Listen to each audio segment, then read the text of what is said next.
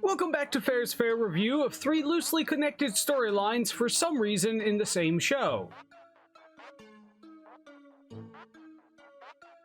This season we start 5 weeks ago, which is really odd considering we didn't have any scenes in the present. The writers do know that to go back 5 to 6 weeks you have to actually start in the present, right? Anyway, Belmont is fighting skeletons controlled by a necromancer vampire, which sounds really cool. Too bad Dracula didn't seem to have any of those. Cut forward to 1 week later, not 4 weeks ago because we still have no established present. More night creatures dying, praying to a Dracula painting, which, you know, sure. Cut to, this really should have been a montage instead of flashing text every minute or so later, and we have a vampire who's already more interesting than most of the War Council, who dies immediately. Turns out he too was trying to resurrect Dracula. Does everyone know spells to do that except Isaac? And Dracula, apparently? I know this one wouldn't have worked, but damn, it's like everyone had that idea except the guy who made an army out of souls from hell and his leader. Come to think of it, the entirety of this season is based around resurrecting Dracula, because everyone's so desperate to have him back. I guess more desperate than Dracula was to have his wife back, since everybody knows a spell for resurrection except Dracula. If only any of these people who supposedly work for him were near enough that he could have asked them if they had an idea on how to get his wife back, since apparently it's super possible. Cut to more text that should have been an implied passage of time instead of 6 independent text card establishing shots. This time goblins, which we didn't see before, but they're a thing now, and Sypha is starting to stress now that she's in the real world and blames Belmont. Even starts swearing. You turn me into someone who says shit. Fucking shit, hairy arse words, giant slimy balls, shit! Cut to, almost there, we promise. So we're not gonna try and reason with them? No!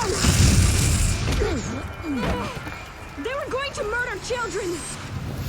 Seems Sypha has had enough, and we see an elemental being that feeds on death, the Grim Reaper. He's actually death. I mean, this is what death looks like? Because I was hoping for something nicer. Just people from an earlier time trying to understand what they were seeing. There are elemental beings that just feed on things in nature. He's not death, he just eats death. He's strong, but not too strong. People are going nuts sacrificing to him. Cut to the present, which is where you have to start in order to go back, by the way. The town of Targovishta, where it all began. And where we remind ourselves that if a slice cuts through a blocking item in front of you, it will hit the person behind it unless the person swinging it wasn't aiming for them in the first place. This must have been one of those altruistic vampire murderers we all know about. Everyone knows about those, right? But we do meet these two, a Russian and a British vampire. The British one exposits who he is to someone who already knows, because audience, claiming to be one of the first to follow Dracula, but, you know, wasn't on the War Council. This is where I'm supposed to be. At the start of the war, I came here to take Targovishta and give it to Dracula as a gift. No you didn't. Dracula took his whole ass castle there and burned it down himself, with magic and night creatures. Why is everyone making it so fucking hard? Don't they know who I am? No. What the fuck is he talking about? Why is he even there telling lies? Why is the Slavic vampire following an obvious liar? He even admits later that he knows that Varney's full of shit. Yet he still follows Varney despite having no actual evidence that Varney's doing anything that could aid him. Now cutting to Alucard, he receives an urgent call for aid from a very determined rider who died getting to him. Out of fear he's turning into a recluse, or boredom, he's going to help. Episode 1 has started 2 new storylines and told me nothing about the 2 that I wanted. Also threw in Varney, who is either a plot hole or a liar, and we later learned that he's actually both. Multitasking.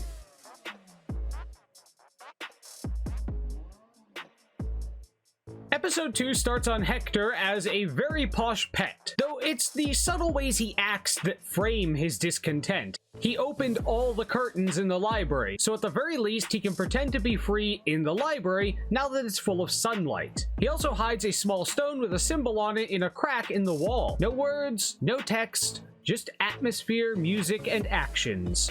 visual storytelling, motherfuckers. He also used a mirror to send a message, including one to Varney by proxy of probably Germaine. As for why Varney is involved, the show doesn't seem to know, as there is no reason for him to be involved, and he provides nothing that would make him worth involving by the people who actually do all the required things. It would seem that all this would happen no matter if he wanted it to or not. Hector then blackmails a guy for a map of hell, which never comes up again or is shown, and hides another stone. He is cooking something good up, I can feel it, but is still working on making a new hammer alongside another very good conversation with Lenore. She's all but obsolete. No need for a diplomat for the foreseeable future, as it's just war from here. One of the best things about her claims that there were some cracks in the Carmilla Council bond was that it wasn't entirely untrue, whether she wanted to admit that at the time or not. Then we see a conversation between Lenore and Carmilla. Carmilla is nuts. Certifiable. It's all about more for her. They haven't even finished taking the Strait of Land that they had their eyes on, and she's talking about the Great Lords that were lost and world domination. She has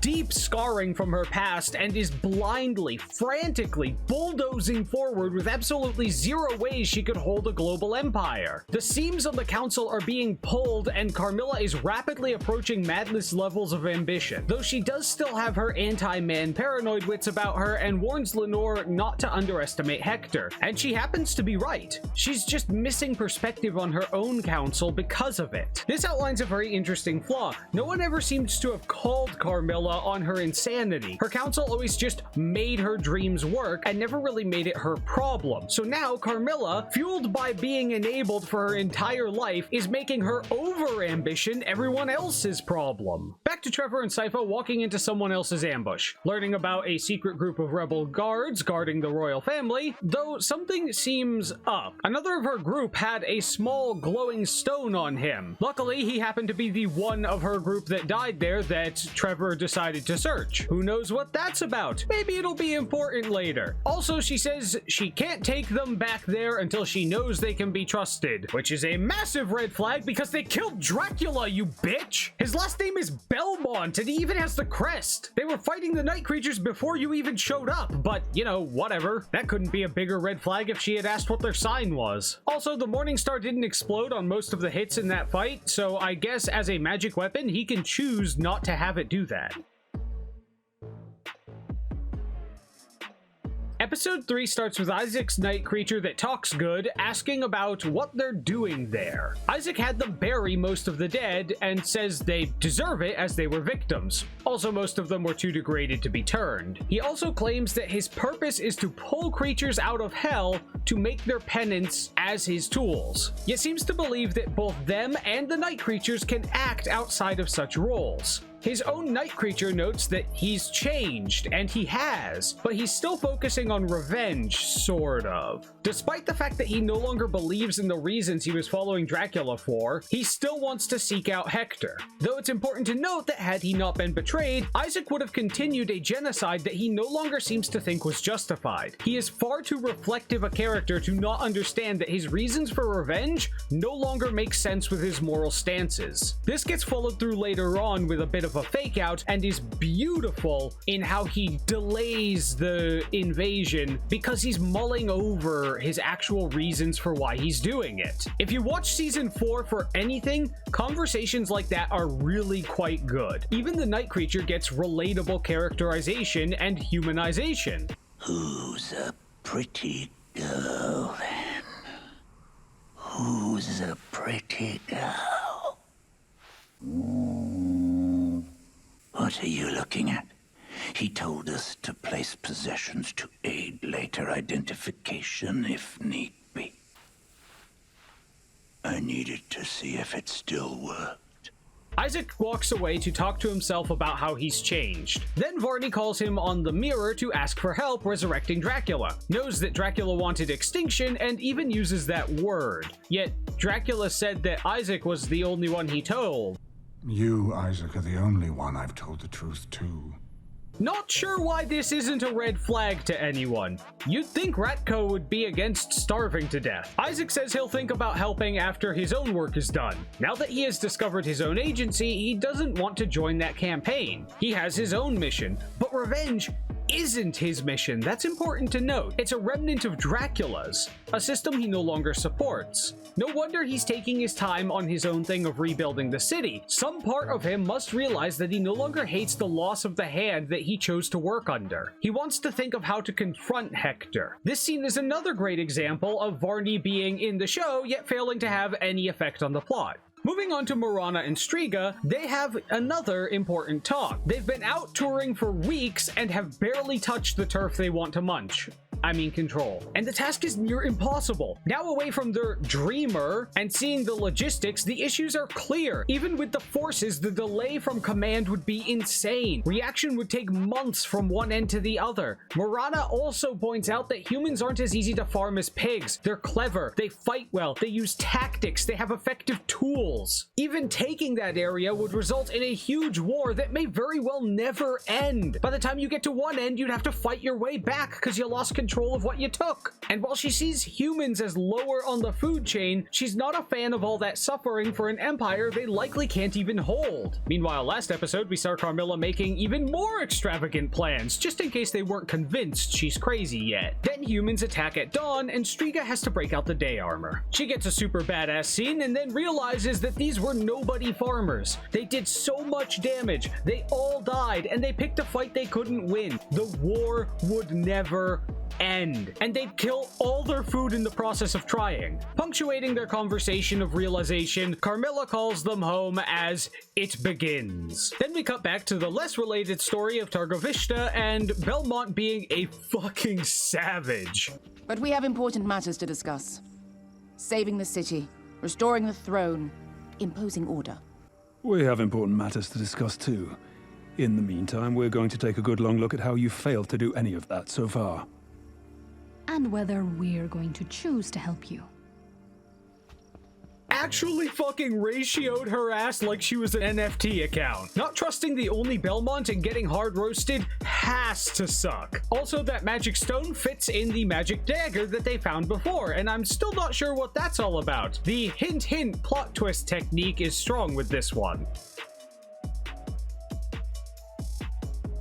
Episode 4 starts with a quick chat where we see a parallel story beat. Trevor doesn't like how they've just been reacting to things rather than being proactive. This parallels Isaac's story where all he used to do was react to the world, but now finds agency in doing things actively, forging the future, so to speak. It's the are you telling your own story or are you a character in someone else's idea? Even Alucard has a piece of this. He stays inside and people are spreading stories without his input. He got a letter addressed to the Alucard of the castle and wonders, quote, when did it become the Alucard? He's not telling his story. He's a character in somebody else's. Agency in your own life seems to be the major theme in this, if you hadn't noticed. We jump to the Alucard's arrival at the town that asked for him. He beats up some night creatures, severely out of practice it would seem, and Germain is there. We learn his backstory with some nice framing as the places he visits get more and more run down and his introductions get more and more half-hearted. He finds another traveler and she's the one he lost. We catch up to season 3's end. He found a way into the place that he was looking for, finds a lady who says that his princess is in another castle, and also says that he must complete the alchemist's ultimate work to have the power to control the infinite corridor. Though how that's different than what he was doing is unclear though. Like, that looked like control to me. He waved his hand and it moved the door. Will he just know where to go if he has the great work? She claims that she's helped all she can by giving him a key that can open the corridor, but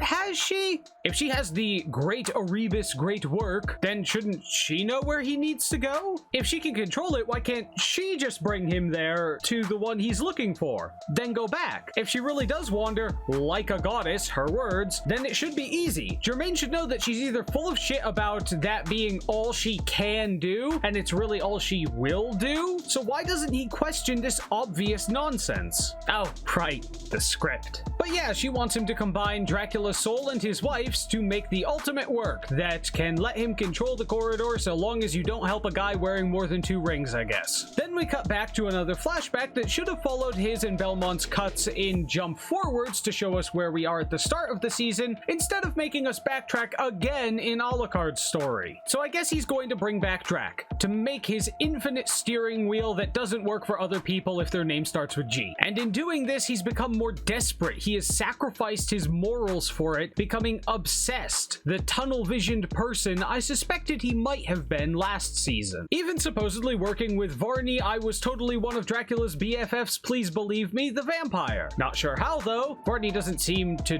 do much but networking, and everyone who's actually involved seems to already know each other. The plot twist is that Germain is behind it all and is manipulating Alucard into letting all the people into his castle. For safety. Final thought though. And God shits in my dinner once again. Oh, no. I really am turning into Belmont. Belmont said that once as far as I can remember, and you weren't there for it. Only the Cyclops he killed was. I get it's a Belmont thing to say, but that's definitely a callback to something that you didn't hear. There's a talk on the way, but mostly just hints and stuff, almost like they're building up to an emotional reunion when Belmont and Sypha get together with him again. Can't wait for that to become something of note. Then there's a spider monster fight. Then we cut back to Hector.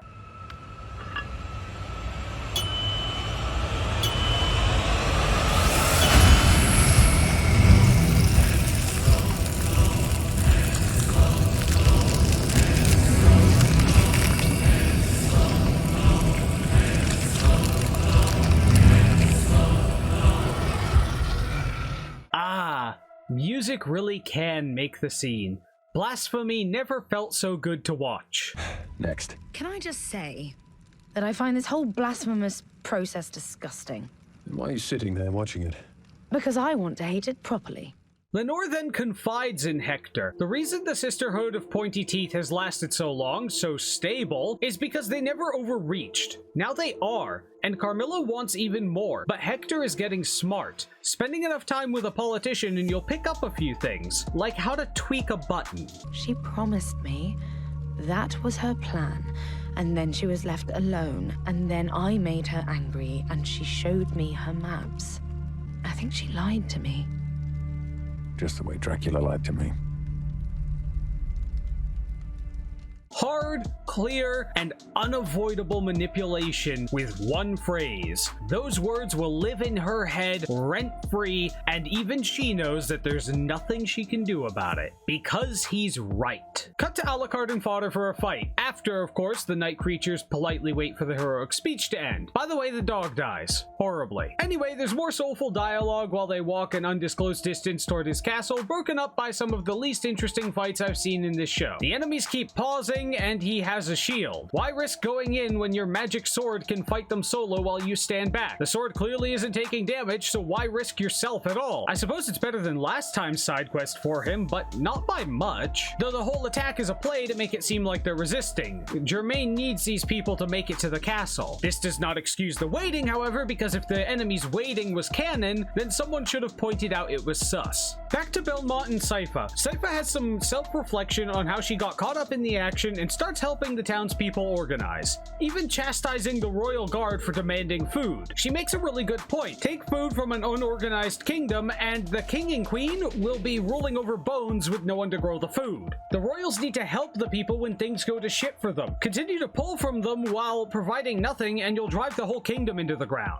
Belmont, however, figures out that there are extensive catacombs under the city and that the night creatures, vampires, and the royals are all in them. Then a night creature comes out and puts a magic thing on the guard. Do take note, by the way, as they get roughed up, struggling more and more, the cape is getting torn up, a visual representation of their wear, while Isaac has gotten a more mature and clean new look, his own look, no longer the minion of Dracula that he was. Finally, Isaac opens his mirror and says the plan has changed. Now it's conquest. And he begins his invasion. The rules on where the mirror can come out are unclear though. Still here for it, so let's go Isaac. And so it begins. The fight is harshly cut to make up for the animation limitations, but there's plenty of feel to it, and we weren't here to watch the peons fight anyway. I would have loved to double down on that animation budget though. Also, I'm pretty sure Isaac could bring an entire room to climax with how smooth he is with those fingers.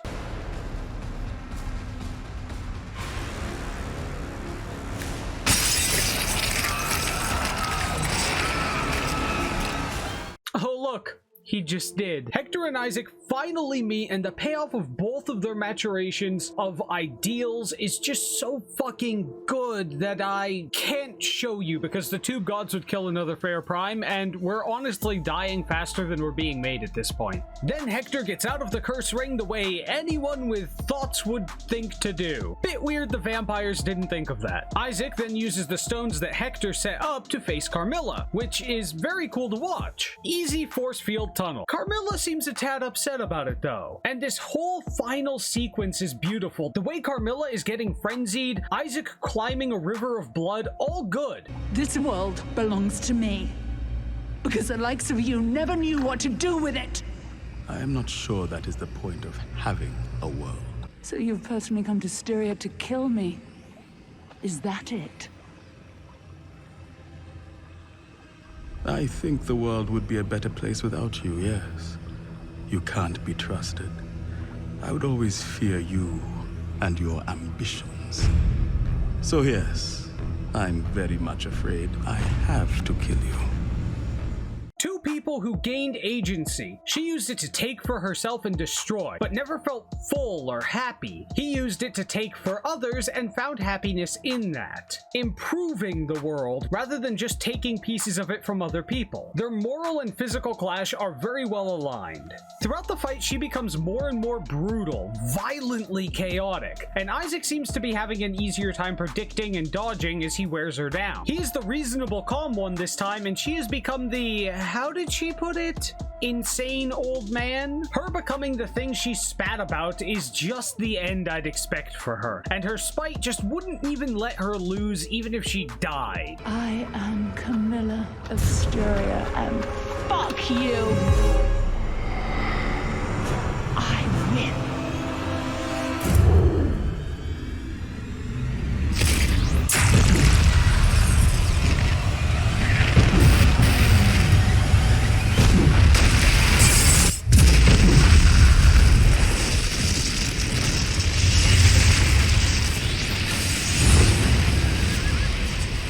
The final two arrive way late and believe Lenore to be dead. They head out to live on their own, punctuating with a pretty clear breakdown of Carmilla's flaws.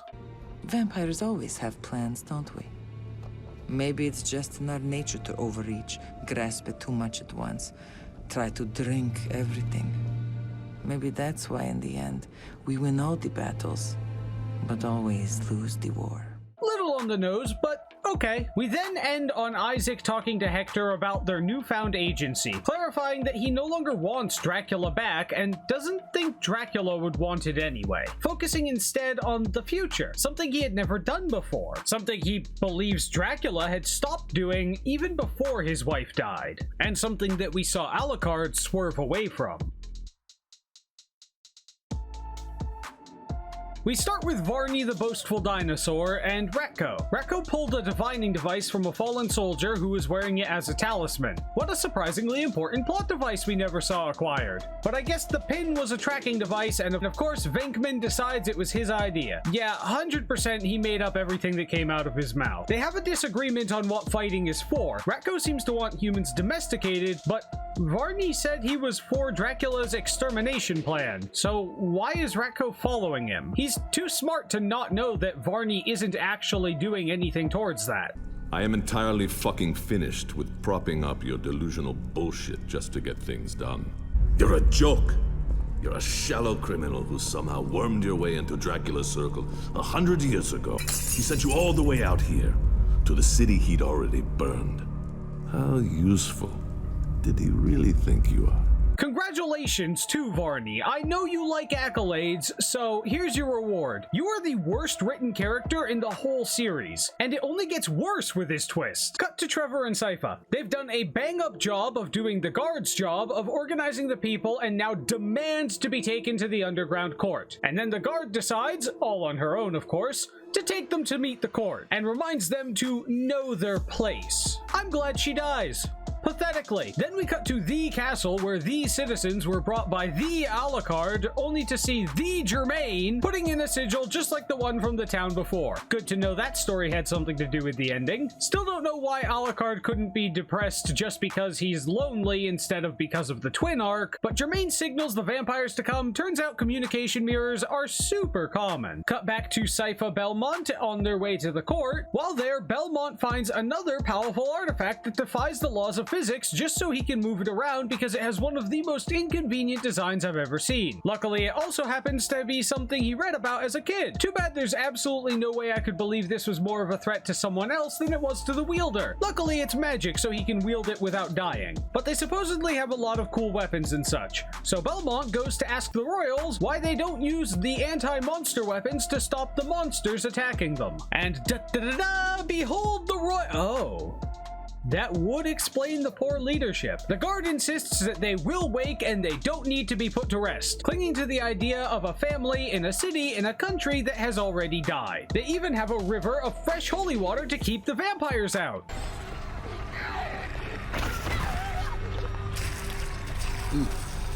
Nasty stuff.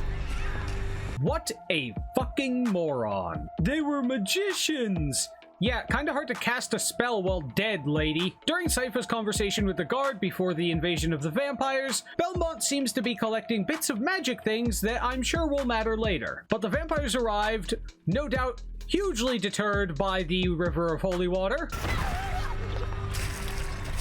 And they also arrived at the castle of the Alucard of the castle as well.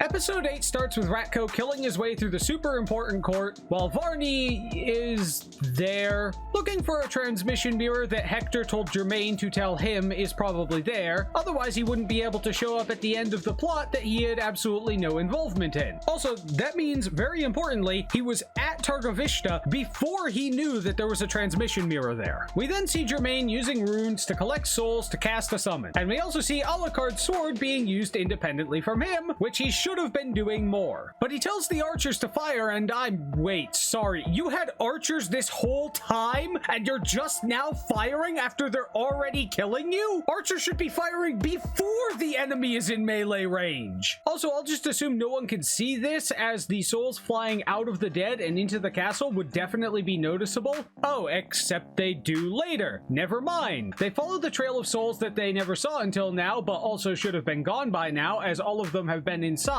so there shouldn't be any more souls following the trail to where Dracula died. Germain is summoning, and Alucard doesn't like that, though Germain has elevated his ego to believing he is becoming a god by the creation of his great work of ultimate power and knowledge. Unless, of course, someone else with a beard needs it, then I guess you're powerless as far as he knows. But with a force field in the way, Alucard heads down to the fight, breaking absolutely none of the stones, funneling souls along his way. Cut back to Sypha being a badass and some poor sword choreography with Belmont, and we see this little gem. He flips the sword underhand and immediately gets his ass kicked because it let the enemy in too close and his ability to counter was almost none. Honestly, shit like this is almost character assassination because of how much he has been shown to know. He should have known that wouldn't have been a good idea. But yeah, the guard dies in the fight. Good. Which was alright. Carmilla's fight was way better, though Varney found the mirror he was looking for and jumped through to hang with Germain. So here's the question. What did Varney actually do for Germain?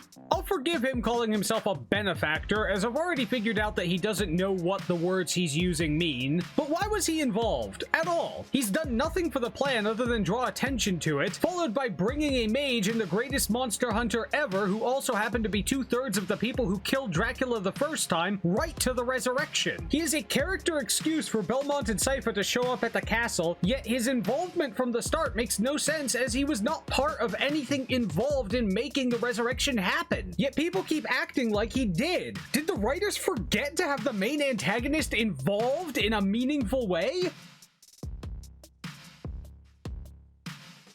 The three heroes meet up and have a big fight, then split up to handle the rest. We also found the first audio issue. Alucard talks far too calm and breathy in these scenes. He can barely be heard. It's small, but it's also weird to find disappointing audio in this series. It had always been on top of things before. The individual fights are more of the peon versus powerful good guys, though I do like the guy who could teleport to his thrown axes. That was a neat mechanic that I wish there were more of, or at least more of this guy in particular.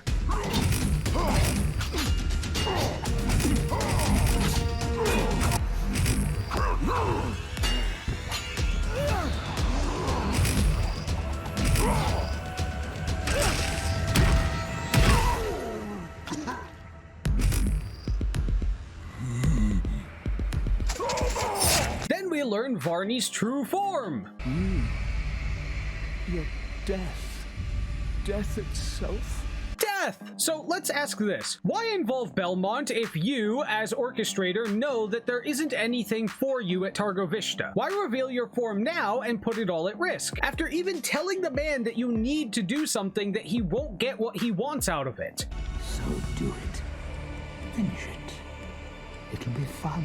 Why would you, complaining about what you lost, decide to give the magician you need to do this a reason not to? Also, why can't you raise an army? I am a spirit, a function of the world. I can't raise armies. You said that you can't. Why not? You already did that in Targovishta. Do more of it. You said you're a spirit and Dracula was your meat, causing death that you want. But you can kill, talk, interact, and make up a persona in disguise, so what's stopping you from doing it yourself? Most of Dracula's army was night creatures as well, and you have neither Forge Master. So Dracula himself isn't even all that useful, and you didn't actually do anything to make this happen. All your efforts just killed people in unrelated conflicts that did nothing for your goal. But Belmont and the others go to stop Germain, only to be stopped by a group of vampires with nondescript powers who stand in their way, and is that a fucking double-ended flail? As in one of the dumbest designs for a weapon ever, but I guess that's consistently stupid because he waited for all the other vampires to die before he decided to help. Also, it was magic like the whip, so whatever. It was actually a fight worth watching, too.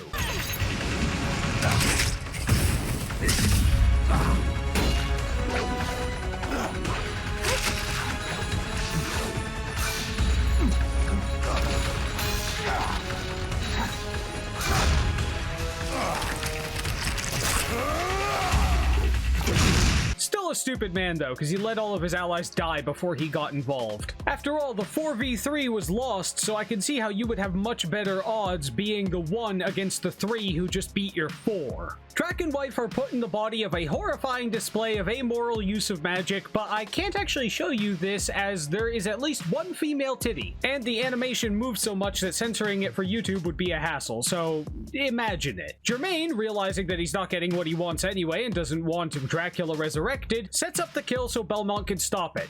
If only Germain hadn't been told the secret plan early by a terminally stupid planner. It works, but Germain is hit and, in theory, dies. Death, of course, gets pissed. The fight with Death is epic in a way, but you almost forget that there is literally no place this fucking wide that he could be. They are on a tower. Where did all this land come from? I did like Death, though. He talked like he was raised by Xbox Live voice chat. Finding things and recognizing things is what we do. And you are absolutely a thing. I was put here at the dawn of life on Earth to feed on the last breath of every one of you fuckers. I'm a little more than a thing. But Belmont assembles the super magic sword of plot convenience and wins, though he is lost in the process. We see Germain's hand brush the key that Death was kind enough to spit back at him. Good thing it landed on that bit of tower and not anywhere else. This is the wrap-up episode, starting with the best storylines we have. Hector helping Lenore come to terms with what Carmilla had become. Lenore still thinks that she wanted stability through her world domination plans. We, as outsiders, know that all hyper-expanding empires have worked out swimmingly in history. But faced with the loss of everything she had, and an undisclosed amount of time where she would be the one in a cage, Lenore decides to see what's so special about the sun. Not exactly happy, but at least it was her choice.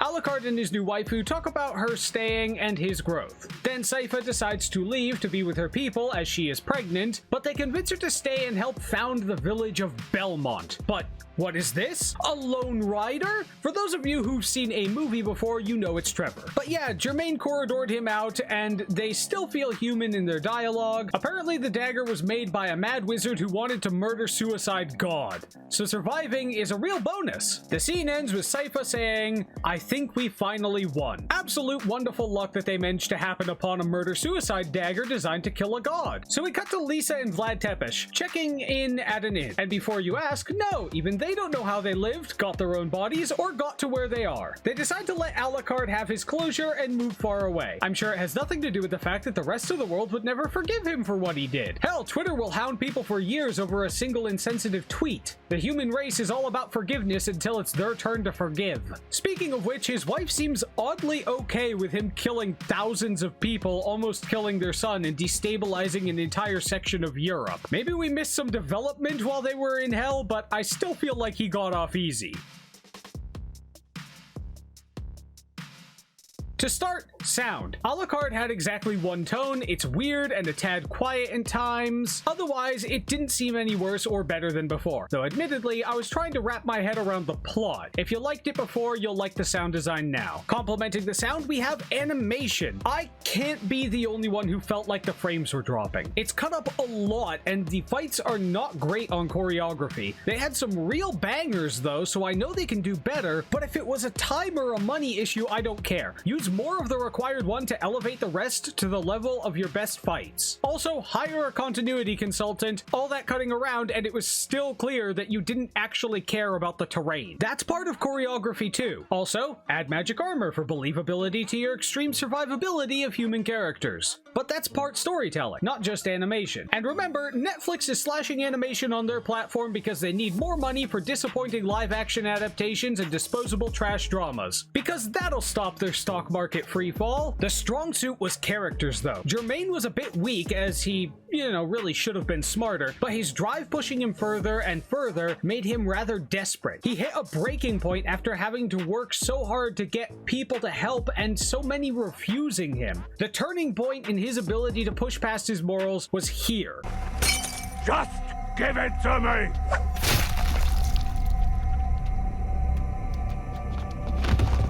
Oh, God.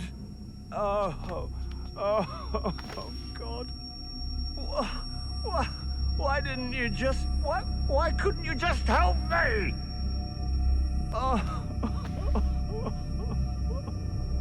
Oh, God, I'm sorry. I'm so sorry. I didn't mean to. Why couldn't you help me? Why won't anyone just fucking help me? And now look at you.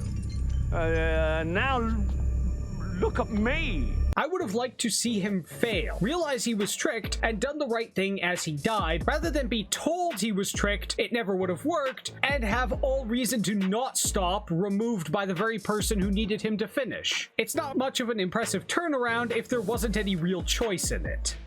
Alucard had been living alone for a very long time and needed to do something, to have any connection rather than meandering through life. He didn't even know what food stores his castle had. Well, he knew about the wine at least. So he took up the first quest that came by and formed a bond by seeing what a community-driven person could be like. Then was subsequently adopted by a community to be driven for. Believable. The plot of his adoptive community that he didn't know he needed being used as disposable fuel was an okay mixing of journeys. But for all that, he didn't really participate in the journey, just kinda went along with it, then just kinda stood there at the end. The council vampires were each following their paths well, the realizations came through, though none of them confronted Carmilla about it. Lenore had the most involved story that directly affected things. She was part of a driving force behind Hector's actions, and the couple whose names I already forgot but had an arc that mostly highlighted the dangerous nature of vampires. Though it's a better allegory for power in general and how thirst for it will ultimately push you beyond your ability to manage. A decent supporting cast. These guys were nobody. Unique designs, neat fight, didn't even get names. Ratko followed Varney for no reason. None.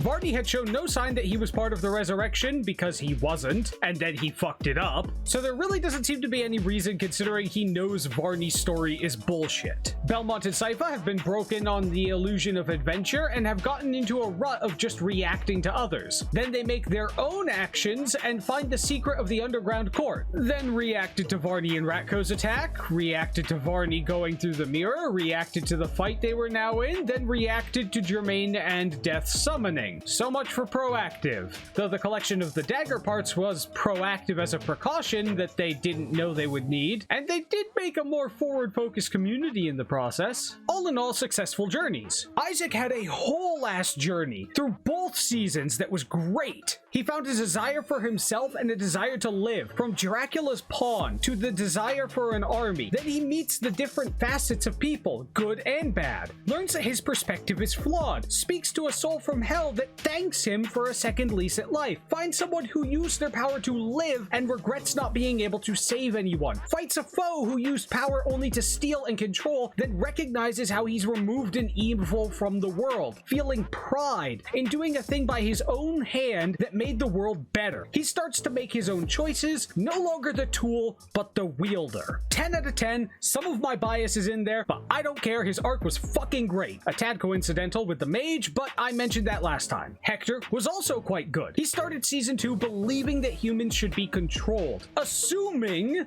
that he would be allowed to live outside the camps. Then he learned it was all a lie, that he became the pet, which he understandably didn't like as he realized that it's just slavery with a nicer room. Now realizing how important freedom is, he starts plotting for it, and that's why he accepts Lenore's decision, as he now understands that when it's you, being a posh prisoner isn't much of a life. And after all that excitement, Varney and Death and their whole plot made no fucking sense. Motivation was okay, I guess, but he was just thrown in as a surprise villain in this season. Oh yeah, there's a powerful elemental spirit thing that eats Death. One finale build-up later, oh yeah, Death was behind it all. But let's look at his plan, shall we? Somehow he gets to the realm in the corridor that Germaine is going to, but I guess he can't go to hell through it. Convinces Germaine to resurrect Dracula, then, go to Targovishta for some reason. Dig around there to no gain whatsoever, then get a mirror to go to the resurrection, leading 2/3 of the original killers there so you can watch? Why were you in Targovishta? If there wasn't a transmission mirror there, then you wouldn't have needed to go to the resurrection. And then you sabotaged your own plan by revealing it and yourself for absolutely no reason or gain. In fact, other than telling Germaine to do a thing, he didn't actually do anything for his own plan. It would have been better if he was involved in it, running from Trevor while all those jump forwards were them crossing Varney's trail of his setups as he made a huge circle of ritual waypoints around the castle. Then when he gets there, he uses those points over ley lines to disrupt and steal control of the spell. The resurrection was stopped, and then he would fight Belmont, ranting about how he was cost his apocalypse twice. Belmont would stake him, calling him crazy because he'd die if there was an apocalypse, and then he doesn't die. Surprise, it's Death. The twist would reframe his mindlessly destructive actions and seeming lack of feeding. In this new story I've designed, Germaine's plan might have worked, and he won't look like an idiot for not understanding the spell that he cast. There would be a reason for Varney to be traveling far away instead of hiding, and his presence at the castle would be required. Instead, he did almost nothing, then ruined his own plan. Again, it undermines your heroes if they win, not due to their own skill or power, but because the enemy's IQ is in Epstein's strike zone. My minor alteration made the plot way more stable, and I'm not even an accomplished writer. The inconsistency of Dracula not even trying to bring back his wife while everyone else jumps right to it shows that not a lot of this story was planned out. Bishop, resurrection, location, death. All holes. And death feels so tacked on to Hector and Isaac's far more interesting story, and part of that is that they've still got that pacing issue where at least one storyline exists solely as an excuse for a character to appear on screen. Knowing that Netflix is cutting animation due to stock drop makes me wonder if the short seasons and clear cuts on the part of the animation was due to them just not having faith that it would be worth money. The plot would be cut down to fit the episode limit, and the pacing fucked in the process. The characters have good humanization, and Isaac and Hector's arcs are well done, but everything else seems to be crammed in around them. Maybe I'm in denial, but I don't want to believe that the writers behind those two's development thought that the death plot was well written. Overall, would I recommend someone watch this? Yeah, if I thought it was in their wheelhouse. I know a few people who would like it, and characters can make the whole show. I'd score it as a whole below average though. That's under a C, but it's far above unwatchable. Not to mention, it's above the average Netflix press out garbage. Its themes about agency are good, and for all its flaws, I love how Death talks like a Twitter edgelord. It's fucking amazing. Why is it that only human hands can reach into hell? Don't you think that's weirdly fucked up? I can't do it. You don't make anything, you don't live. You just eat and hide. Is there a point to this? Are you dictating your fucking obituary to me, Belmont? Well, this is a good game. Oh, he fell down. I'm going to eat your soul.